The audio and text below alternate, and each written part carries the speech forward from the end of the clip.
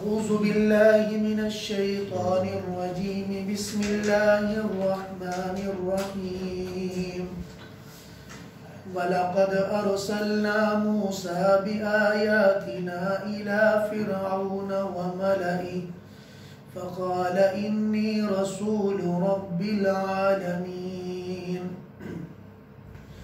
फ़लम्मा जाअहुम बिआयातिना इज़ा हुम मिन्हा यज़हकून वमा नुरीहिम मिन आयतिन इल्ला हिया अकबरु मिन उख्तिहा वअख़ज़नाहुम बिलअज़ाबि लअल्लहुम यरजिऊन वक़ालू या अय्युहस्साहिरु उद्उ लना रब्बक बिमा अहिद इंदक इन्नना लमुहतदून फलम्मा कशफना अन्हुमुल अज़ाब इज़ा हुम यनकुसून वनादा फ़िरऔन फ़ी क़ौमिहि क़ाल या क़ौमि अलैस ली मुल्कु मिस्र वहाज़िहिल अन्हारु तजरी मिन तहती अफ़ला तुबसिरून अम अना खैरुम मिन हाज़ल्लज़ी हुवा महीनुन वला यकादु युबीन फलौला उल्क़िया अलैहि अस्विरतुम मिन ज़हबिन औ जाअ मअहुल मलाइकतु मुक़तरिनीन फ़स्तख़फ़्फ़ क़ौमहु फ़अताऊह इन्नहुम कानू क़ौमन फ़ासिक़ीन फ़लम्मा आसफ़ूना इंतक़मना मिनहुम फ़अग़रक़नाहुम अजमईन फ़जअलनाहुम सलफ़न व मसलन लिल आख़िरीन सदक़ल्लाहुल अज़ीम। शुरू अल्लाह के नाम से जो बड़ा मेहरबान निहायत रहम वाला है। ताकीक हमने हज़रत मूसा अलैहिस्सलाम को अपनी निशानियाँ देकर फ़िरऔन और उसके सरदारों की तरफ भेजा। हज़रत मूसा ने उनसे कहा इन्नी रसूल रब्बिल आलमीन, मैं रब्बे दो जहां की तरफ से पैगाम रसा हूँ, जो खुदा की बात लेकर तुम्हारे पास आया हूँ। फलम्मा जाअहुम बिआयातिना, जब उनके पास हमारी निशानियाँ लेकर गए, इज़ा हुम मिन्हा यज़हकून, तो वह देखकर हंसने लग गए। वमा नुरीहिम मिन आयतिन, हम उनको बड़ी सी बड़ी निशानियाँ दिखाते थे, इल्ला हिया अकबरु मिन उख्तिहा, के बाद वाली पहले वाली से बड़ी होती थी। वअख़ज़नाहुम बिलअज़ाबि लअल्लहुम यरजिऊन, फिर हमने उनको अज़ाब में पकड़ा ताकि वो रुजू करने वाले बन जाएं। और वह अज़ाब में आने के बाद कहने लगे या अय्युहस्साहिर, ऐ जादूगर, उद्उ लना रब्बक, आप अपने रब से हमारे लिए दुआ कर दो। बिमा अहिद रब्बक, बिमा अहिद इंदक, उस चीज़ के वास्ते जो अल्लाह ताला ने तुम्हें देकर भेजा है। इन्नना लमुहतदून, अगर ये अज़ाब हमसे टल जाए तो हम हिदायत पाने वाले हो जाएंगे। फलम्मा कशफना अन्हुमुल अज़ाब इज़ा हुम यनकुसून, जब हमने उनसे अज़ाब को टाल दिया तो वो अचानक फिर दोबारा हिदायत से फिर गए और अचानक एराज़ करने लग गए। और फ़िरऔन अपनी कौम में बुलाकर कहने लगा, पुकार कर कहने लगा, या कौमी, है मेरी कौम, अलैसा ली मुल्कु मिस्र, क्या मेरे लिए मिस्र की बादशाहत नहीं है। वहाज़िहिल अन्हारु तजरी मिन तहती, और ये नहरें जिसको तुम देख रहे हो मेरे तख्त के नीचे से, मेरे बादशाहत के नीचे से गुजर रही हैं। अफ़ला तुबसिरून, क्या तुम देख नहीं रहे। अमाना खैरुम मिन हाज़ल्लज़ी हुवा महीनुन, क्या मैं बेहतर नहीं हूँ इस आदमी से जो कि हकीर है। वला यकादु युबीन, ये तो अपनी बात भी ज़बान से ज़ाहिर नहीं कर सकता। अगर ये वाकई सच्चा होता, फलौला उल्क़िया अलैहि अस्विरतुम मिन ज़हबिन, इस पर सोने के कंगन क्यों नहीं डाले गए। औ जाअ मअहुल मलाइकतु मुक़तरिनीन, या फरिश्ते इसके हमनशीन बनकर दुनिया में क्यों नहीं आए। फ़स्तख़फ़्फ़ क़ौमहु फ़अताऊहु, चुनाचे फ़िरौन ने अपनी बातों के ज़रिए से अपनी कौम को वरगला दिया। फ़अताऊहु, और वो सारे के सारे उसकी बात मानने लग गए। इन्नहुम कानू कौमन फासिकीन, बेशक वो लोग फासिक कौम थी जो उसकी बातों में आ गए। फलम्मा आसफूना इंतक़मना, जब उन्होंने हमें गुस्से में कर दिया, आसफूना का मानी हमें गुस्से में डाल दिया, इंतक़मना मिनहुम, तो हमने फिर उनसे इंतकाम लिया। फ़अग़रक़नाहुम अजमईन, हमने सब के सब को गर्क कर दिया। फ़जअलनाहुम सलफ़न, हमने उनको गुजरा हुआ बना दिया। व मसलन लिल आखिरीन, और बाद वालों के लिए इबरत का निशान बना दिया, बाद वालों के लिए मिसाल बना दिया। आज के सबक में अल्लाह ताला ने हुज़ूर अकरम सल्लल्लाहु अलैहि वसल्लम को तसल्ली देकर, नबी जी अगर ये लोग आपका तमस्खुर करते हैं, आपका मजाक करते हैं, आपकी बातें इनको समझ नहीं आती हैं, तो आपको इनके साथ मज़ीद उलझने परेशान होने की ज़रूरत कोई नहीं। हम आपको इससे पहले का एक वाक़या बताते हैं कि हमारे एक नबी हज़रत मूसा अलैहिस्सलाम, मैंने पहले भी गुजारिश की थी कि हज़रत मूसा का वाक़या 29 पारों में अल्लाह ने ज़िक्र किया है। 29 पारों के अंदर हज़रत मूसा का वाक़या है जो काबिल इबरत बनाकर अल्लाह ताला ने ज़िक्र किया है। मैं कि हमने जब हज़रत मूसा अलैहिस्सलाम को निशानियाँ देकर फ़िरौन और उनके सरदारों की तरफ भेजा, तो वो देखकर बजाय ये कि मानने के जाके कह भी दिया कि मैं अल्लाह का पैगाम रसा हूँ, अल्लाह का नबी हूँ, मेरी बात मान लो, तो वो उनको देखकर हंसने लगे कि तुम तो वही हो जो एक बंदे को मार कर भागे थे। जो पहले वाक़या आप लोगों ने पढ़ा कि मुक्का मरा जिससे वो बंदा ही मर गया। तो वो हंस कर मजाक करके कहने लगे अच्छा अब तुम हमें आके हिदायत की बातें बताओगे। तो वो देख कर हंसने लग गए। फिर फरमाया कि हमने उनकी कौम के ऊपर कई किस्म के अजाब उतारे। तकरीबन अल्लाह ने 10 किस्म के अजाब जो बनी इसराइल पर उतरे हैं वो अल्लाह ने जिक्र किए हैं। फारसलना अलैहिम तूफ़ान वल जराद वल कुम्मल, तूफ़ान आया जिससे पूरी बस्तियाँ उजड़ गईं। खाने में हर खाने के अंदर टिड्डियाँ आ जाती थी और टिड्डियों ने आके उनकी सब ज़मीनों को तबाह कर दिया। और पिस्सू उनके जिस्म के ऊपर पड़ गए, उनके जिस्म में कीड़े पड़ गए जिससे जो है वो सुकून से सो ही नहीं सकते। और आगे फरमाया कि हर खाने में खून ही खून, जो भी खाना सामने रखते खून आया था। तो जब कभी उनके पास अजाब आता तो फौरी आकर हज़रत मूसा से कहते कि बस ऐसा वही तू टला दे, इस बार अल्लाह से सिफारिश कर दो जो अल्लाह ने आपसे कहा है, अगली बारी नहीं करेंगे। और वो नबी जिसे कहते हैं कि मोहब्बत करने वाला, उनका दिल भी नरम होता है, चले नादान है कोई बात नहीं है, फिर दुआ कर देते, अल्लाह अजाब को डाल देते। अब ये उनकी दास्तान एक लंबी गुजर गई। हज़रत मूसा अलैहिस्सलाम की दावत जब लंबी हुई, सबसे पहला मौजिज़ा जो हज़रत मूसा ने जाहिर किया, जब लाठी फ़िरौन के सामने डाली है कि देखो ये लाठी है और ये अल्लाह की तरफ से एक मौजिज़ा है कि ये सांप बन जाएगा। फ़ैज़ा यहय्यतुन तसा, इतना बड़ा सांप बना।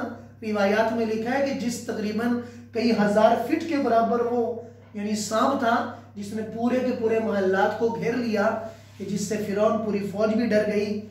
तो बजाय मानने के कहने लगे अच्छा अब जादू करके हमें डराओगे, अच्छा जी बुलाओ, 70,000 जादूगर बुला लिए। उन्होंने भी लाठियाँ डाली, उससे भी सांप बन गया, वो चीज़ें बन गई। तो वो सारा का सारा जितने भी सांप बने हुए थे, हज़रत मूसा अलैहिस्सलाम का सांप जो है वो खा गया। तो लिखा है किताबों में कि जब फ़िरौन ने हज़रत मूसा की उस सांप को देखा था तो कई दिन तक उसके पेट की बीमारी नहीं गई, इस कदर बीमार भी रहा, लेकिन मानने की तरफ नहीं आया। तो 10 किस्म के अज़ाब अल्लाह ने मौके मौके से उतारे, जैसे मैंने आपको तफसील बता दी है। अब लास्ट बार जब हज़रत मूसा को पता चल गया कि अब ये मानने वाला नहीं है, तो लिखा है किताबों में कि जाते हुए फ़िरौन से एक मुलाकात की है और फ़िरौन से जाके कहने गए हैं कि फ़िरौन देखो तुमने नहीं माना, कोई बात नहीं है, तुमने नहीं माना ठीक है, मैंने दावत दी और दावत देकर तुम्हें अल्लाह की हक़ानियत को जाहिर किया, तुम्हें समझ नहीं आया, तुम मुतकब्बिर है, अपने आप को गुरूर में डाला हुआ है। बस एक काम कर देना, मेरा पीछा ना करना, एक काम करना कि मेरा पीछा ना करना, फिर भी तू जैसा भी है एक इंसान है, बच जाएगा, अगर मेरा पीछा करके आएगा तो नहीं बचेगा। क्या क्या गए और फ़िरौन अपने तकब्बुर इनाद के अंदर पूरी फौज लेके पहुंच गया। हज़रत मूसा मना करके भी आए कि मेरा पीछा ना करना क्योंकि बचोगे नहीं। और फिर वो फौज लेके जब पीछे चला गया और पानी के अंदर अल्लाह पाक ने फ़अग़रक़नाहुम अजमईन, हमने पूरी की पूरी कौम को गर्क कर दिया। कहते हैं कि जब एक अजाब टल जाता तो फ़िरौन उनको जाके लोगों को कहता कि ये तुझे ना फिर मूसा की बातें सुन के तुम थोड़ा सा परेशान ना हुआ करो, तुम मुझे देखो कि क्या मेरे पास इतनी बड़ी बादशाह नहीं है कि नहरें मेरे महल्लात के नीचे से गुजर रही हैं और मैं इतना बड़ा मुल्क का बादशाह हूँ। इसके पास क्या है, जबान गूंगी है। हजरत मूसा अलैहिस्सलाम बचपन से तोतले थे। तो वाकई आप लोगों ने शुरू से ही मुलाजा किया हुआ है कि जब वो हजरत जिब्रील अलैहिस्सलाम ने हाथ से अंगारा फरमाया कि मोती और अंगारे दोनों मिलाकर रख दिए, जब आसिया ने कहा कि इसको कत्ल ना करो, ये बच्चा है, मैदानी के अंदर तेरी दाढ़ी को पकड़ा होगा, उसने कहा नहीं मैं इम्तिहान लूंगा। अब इम्तिहान लिया तो इम्तिहान लेके लिखा है किताबों में कि हजरत मूसा अलैहिस्सलाम भी हीरे को उठाने वाले थे। तो फौरी तौर पर हजरत जिब्रील आए और आकर जो अंगारे पर हाथ डाला, जो मुंह में डाल लिया, जैसे बच्चे की आदत होती है कोई भी चीज मुंह में डाल लेते हैं, तो उससे जबान तोतली हो गई। इतनी जबान तोतली थी कि अल्फाज समझ नहीं आते थे। बाद में फिर अल्लाह से दुआ की, जैसे 16वें पारे में मज़कूर है, रब्बी शरह ली सदरी वयस्सिर ली अमरी, अल्लाह मेरा सीना खोल दे, मेरी जबान की लुकनत को दूर कर दीजिए। फिर इतनी जबान की लुकनत दूर हो गई थी कि आप बात समझा सकते थे, कह सकते थे, लेकिन फिर भी साफ आवाज जो है वो जाहिर नहीं होती थी। जो फिरौन ने एक ताना बनाकर लोगों को कहा कि तुम ऐसे बंदे के पीछे जा रहे हो जो खुद बोल ही नहीं सकता, वला यकादु युबीन, जो अपना माफी ज़मीरी जाहिर नहीं कर सकता। मतलब तरक्की का एक सबसे बड़ा, तरक्की का फिरौन ने उस जमाने के अंदर सबसे बड़ी जो खूबी जिक्र की है कि जिसको 100 झूठ मूठ मिलाकर आना हो, जिसको अच्छी तकरीर करना आती हो, नारे मारना अच्छे तरीके से आते हो और स्टेज तोड़ना आता हो, गोया कि वो सबसे बड़ा सरदार होगा। तो उसने उस जमाने के अंदर ये कहा था कि भाई इसको तो बड़ी अच्छी तकरीर आती है, ये तो बगैर लिखे हुए भी तकरीर कर लेता माशाल्लाह, इसको बड़ी जो है अच्छी तकरीरें आती है और ये बहुत बड़ा कोई सरबराह होगा, बहुत कुछ होगा, बड़ी खूबी है। तो ये फिरौन ने उस वक्त दावा किया कि देखो मैं जो है ना बड़ा अच्छा बोल लेता हूँ और मैं हर किस्म को जो है तुम्हें, ये तो इसको तो बोलना भी नहीं आता, वला यकादु युबीन। और दूसरा ये कहा कि हमारे मुल्क के अंदर ये मशहूर है कि जिसको सरदार बनाया जाता है उसके गले के अंदर सोने के कंगन होते हैं, सोने के जो है बड़ा तोक होता है या हाथों में कंगन होते हैं कि लगता है सरदार भी लगता है। ये तो शक्ल से बेचारा मासूम सा लगता है, दाढ़ी रखी हुई है, इसका कोई जो है ना इतना कोई सरोकार भी कोई नहीं है, ऐसे ही तो मौलवियों के पीछे चल रहे हो।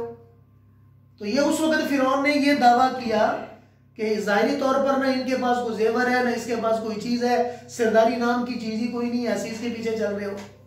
अल्लाह पाक ने फरमाया कि जब इन्होंने हमारे नबी की इहानत की है, आसफूना, हमें गुस्से में डाला, फंतकमना मिनहुम, फिर हम इंतकाम पर उतरे, फागरकनाहुम अजमाइन, हमने सबको सत्यानाश कर दिया, गरक कर दिया। आन की आन जो पानी रुका था, फिरौन और फिरौन के जितने भी हवारी थे सारे के सारे गरक कर दिए गए। इसलिए मेरे अजीज दोस्तों, अल्लाह को एक चीज बर्दाश्त नहीं है कि मेरे दीन और मेरे दीन वालों की तजलील की जाए। ये यहाँ उसूल मिलता है हमें, नहीं दीन पर चल रहा है कोई बात नहीं, नहीं नमाज पढ़ रहा है कोई बात नहीं, मुजरिम तो गुनहगार तो, लेकिन कभी दीन की चीज की तजलील ना करो, कभी दीन के अहकामात को छोटा ना समझो, नमाज को हकीर की नजर से ना कहो, किसी भी अल्लाह के हुक्म को हकारत की नजर से मत बयान करो। अगर ऐसी चीज पे उतर आओगे फिर तुम नहीं बचोगे। वैसे खा रहे हो पी रहे हो, ठीक है, अल्लाह का मामला है, तुम्हें माफ कर दें, ठीक है, ना करें तो उसकी शयान शान हो सकता है कि रास्ते पर ले आए, लेकिन अगर दीन और दीन वालों की हकारत करोगे और हकारत दिल में लेकर चलोगे तो फिर फरमाया कि दीन की तरफ रास्ता नहीं मिलेगा, फिर दीन से ऊपर के रास्ते यानी फेर दिए जाएंगे, निकाल दिए जाएंगे, दोबारा वापसी का इम्कान मुमकिन नहीं होगा। इसलिए फरमाया कि अल्लाह के किसी हुक्म की तजलील मत की जाए, कभी तमस्खुर के अंदर, मजाक के अंदर भी बात ना की जाए, हुजूर की सुन्नत की तजलील ना की जाए। हुजूर की सुन्नत की तजलील के बारे में कि जिससे किसी को जाहिर लगे कि मैं अपनी जबान और अपनी आंखों के इशारे के जरिए से कोई ऐसा इशारा कर रहा हूं, इंसान का दिल बता देता है कि तू क्या कहना चाहता है।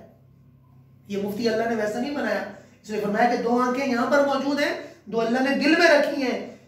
खुश नसीब है वो आदमी जिसकी दिल की आंखें खुल जाए, और बदनसीब है वो आदमी जिसकी दिल की आंखें बंद रहे, कि जिसकी आंखें खुल ही ना सके, उसको पता ही ना चल सके कि मैं नेकी के रास्ते पर हूं या मैं गुमराही के रास्ते पर हूं, मैं नेक बन रहा हूं या बुरा बन रहा हूं।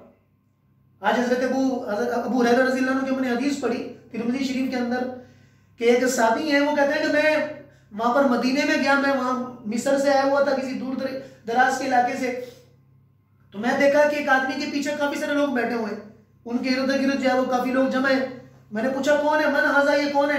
कहा कि हाजा अबू हुरैरा, ये हजरत अबू हुरैरा रजी अल्लाह तआला अन्हु। तो मैं भी जाके बैठ गया। तो हजरत अबू हुरैरा रजी अल्लाह तआला लोगों को हदीसें बयान करते थे। सबसे ज्यादा ये वो सहाबी हैं जिनसे सबसे ज्यादा हदीसें मरवी हैं। 8,500-9 हजार से ज्यादा हजरत अबू हुरैरा से हदीसें मनकूल है। बुखारी, मुस्लिम, हर मुस्नद किताब के अंदर हजरत अबू हुरैरा की हदीसें मौजूद हैं।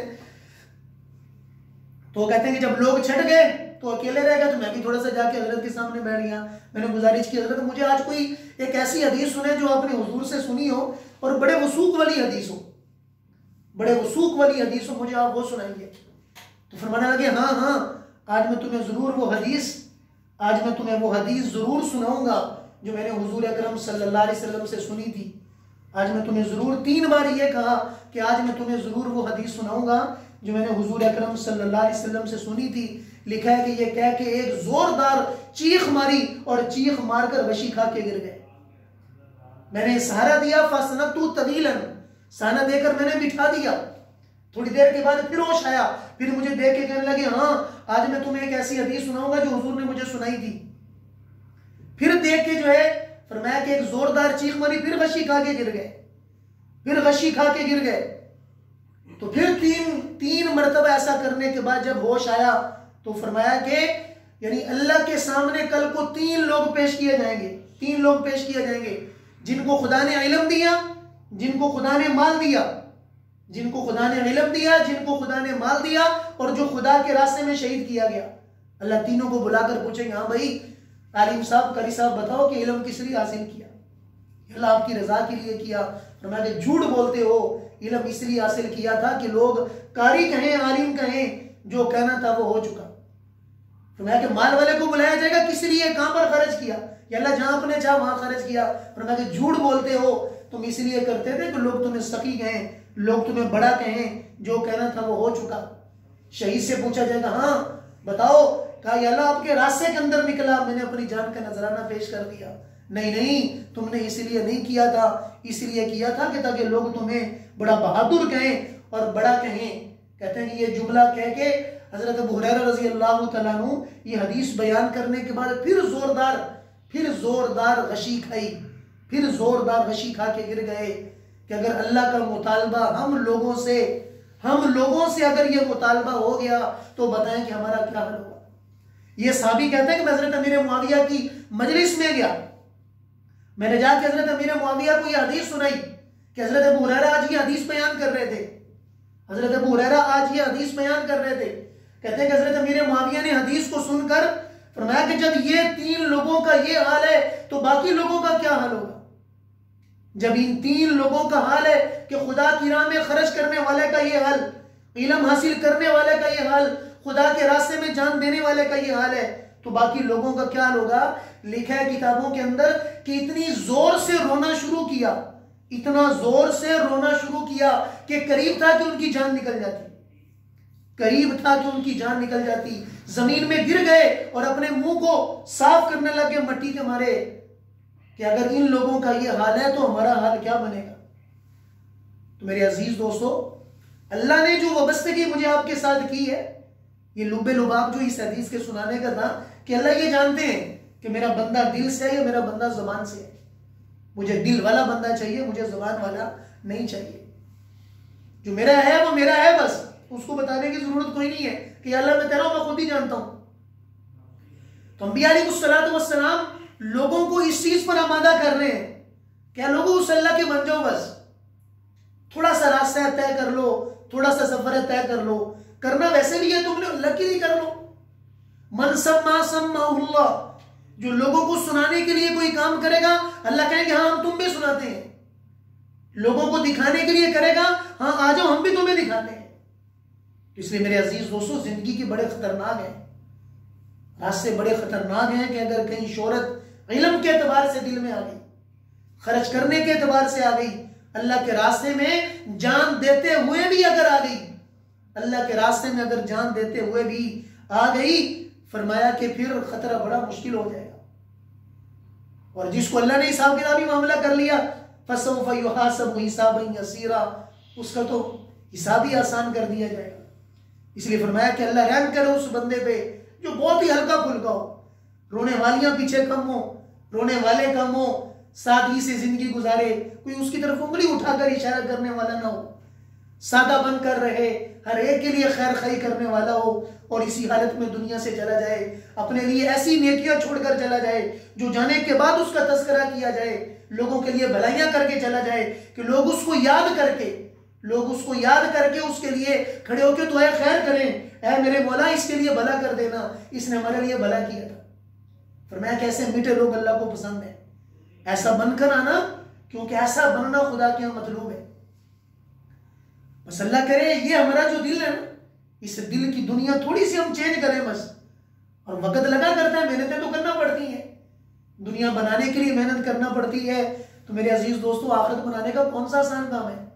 आखिरत बनाने के लिए भी मेहनत करना होगी। मैं तो सुबह से जब ये हदीस पढ़ी है तो एक अजीब सी कैफियत आ रही सारा दिन कि अगर अल्लाह ने हमसे ही पूछ लिया कभी आप ये पढ़ना पढ़ाना किस लिए था और फला काम किस लिए करते थे, अगर एक राई के दाने के बराबर भी कर लिया गया तो फरमाया कि अल्लाह के यहाँ जब किसी बंदे को खड़ा कर दिया गया वो आदमी हलाक हो जाएगा। अल्लाह की बख्शिश अगर पहले से कह दी गई जा मेरे बंदे मैंने माफ कर दिया, तो मेरे अजीज दोस्तों मामला आसान कर दिया जाएगा। इसलिए खलास दिल में लेकर आए, हर अमल के बाद, नमाज के बाद, अल्लाह नादान हूं, मुझे पता है कि बड़ी गंदी नमाज है, बड़ी बुरी नमाज पढ़ी है, कुरान की तिलावत की, मुझे पता है कि मेरा दिल पता नहीं कहां पर लगा हुआ था, ऐ मौला अपनी बारगाह में टूटा फूटा कर लेना, उस अल्लाह ने कर लिया तो काम बन जाएगा। बस मेरे अजीज दोस्तों, ये अल्लाह के साथ वाबस्तगी और आखनगी मुझे आपको हर शब रोज करने की जरूरत है। इंशाल्लाह ऐसा ऐसा मेहनत करते चले जाएंगे। ऐसा नहीं है कि बस औकात लिखा है किताबों के अंदर कि नेकी करने के मुख्तलिफ दर्जात हैं। एक नेकी होती है जो आप सबके लिए कर रहे हैं, सबके सामने इसलिए कर रहे हैं कि या अल्लाह ताकि दूसरों को भी तरगीब हो जाए, ताकि दूसरों को भी तरगीब हो जाए। मैं पानी मैं पिला रहा हूं, या अल्लाह इसलिए पिला रहा हूं ताकि बाकियों को भी देखे, थोड़ी सी तरगीब हो जाए कि पानी पिलाना भी सवाब है और खाना खिलाना भी सवाब है। अगर इस नियत से कर रहा है तो इसका अजर तो अल्लाह के यहाँ बहुत ज्यादा है, इसका तो अजर अल्लाह के यहाँ बहुत ज्यादा है। लेकिन अगर दूसरा पहलू कहीं ना कहीं आ जाता है और वो बंदे को पता ही नहीं चलता, शैतान तो हर वक्त साथ है, बंदे को पता ही नहीं चलता, आपने लिखकर लगा दी माशाल्लाह ये हमारे लिए सब कुछ है, बिल्कुल आप लोगों को फायदा कर रहे हैं, इसमें कोई शक नहीं है कि आपका अल्लाह के यहाँ बहुत अजर है। लेकिन अगर कभी बैठे बैठे आपके दिल में जर्रे के बराबर भी आया, राई के दाने के बराबर भी आया, तो ये आपके पंफलेट जो लगे हुए हैं, आपके नाम के जो बड़े बड़े इश्तिहार लगे हुए हैं, ये आपको अल्लाह की अजाब से नहीं बचाएंगे। अल्लाह कहेंगे जाओ जिनके लिए इश्तिहार लगाए थे उन्हीं से जाके ले लो, हमारा तो तुम्हारे साथ वास्ता ही कोई नहीं था, अगर मेरे साथ तुझे वापसा होता। आज हमने पढ़ी है मिशका शरीफ में हदीस कि अल्लाह फरमाया कि मेरे बंदे मैं बीमार था, तूने मेरी इयादत नहीं की, मैं भूखा था, तूने मुझे खाना नहीं खिलाया। अल्लाह कैसे खिलाता, आप इतने बड़े मौला है। फरमाया कि तेरी गली में फलां भूखा था, तेरे मोहल्ले में फलां भूखा था, तेरा रिश्तेदार फलां बीमार था, तेरा फलां रिश्तेदार मोहताज था, तुझे उसका पता था, तू उसको जानता था, अगर तू वहां पर कुछ कर लेता अंता वजदता नहीं होना, तू मुझे वहां पर पा लेता। अल्लाह के पाने के तो रास्ते भी आसान है, लेकिन पाने का रास्ता तो हम सही करें। इन्नमल आमालु बिन्नियात, अमल का दारो मदार नियत पर है, इसलिए अमल की नियत वो हर दिन इंसान को कोशिश। अब ऐसा नहीं है कि नियत के चक्कर में अमली करना ही छोड़ दे, लो जी सही नमाज तो है ही नहीं है, नियत वाली है ही नहीं है, चलो जी फिर जब सही हो जाएगी फिर पढ़ लवांगे, फला काम बाद में कर लेंगे। ये करना अल्लाह की नाफरमानी को और लेना है, बस मामूली इखलास उसे कहते हैं कि आप अपने हर अमल के अंदर अपने मौला की रजा को शामिल कर लें। उसके लिए ना किसी को बताने की जरूरत है, ना किसी को दिखाने की जरूरत है, बस अल्लाह के साथ काल मिलाई, थोड़ा सा चेहरे पे मुस्कुराहट आ गई और मुस्कुरा के कह दिया अल्लाह ये आपकी रजा के लिए थोड़ा सा किया है, बस अपनी बारगाह में कबूल कर लीजिए। आज मैंने कोशिश की है थोड़ा सा आधा पारा पढ़ने की, एक पारा पढ़ने की, अल्लाह ये कबूल कर लेना और मुझे तौफीक देता रहे कि मैं बार बार इसको पढ़ता रहूं, मैं बार बार ये करता रहूं।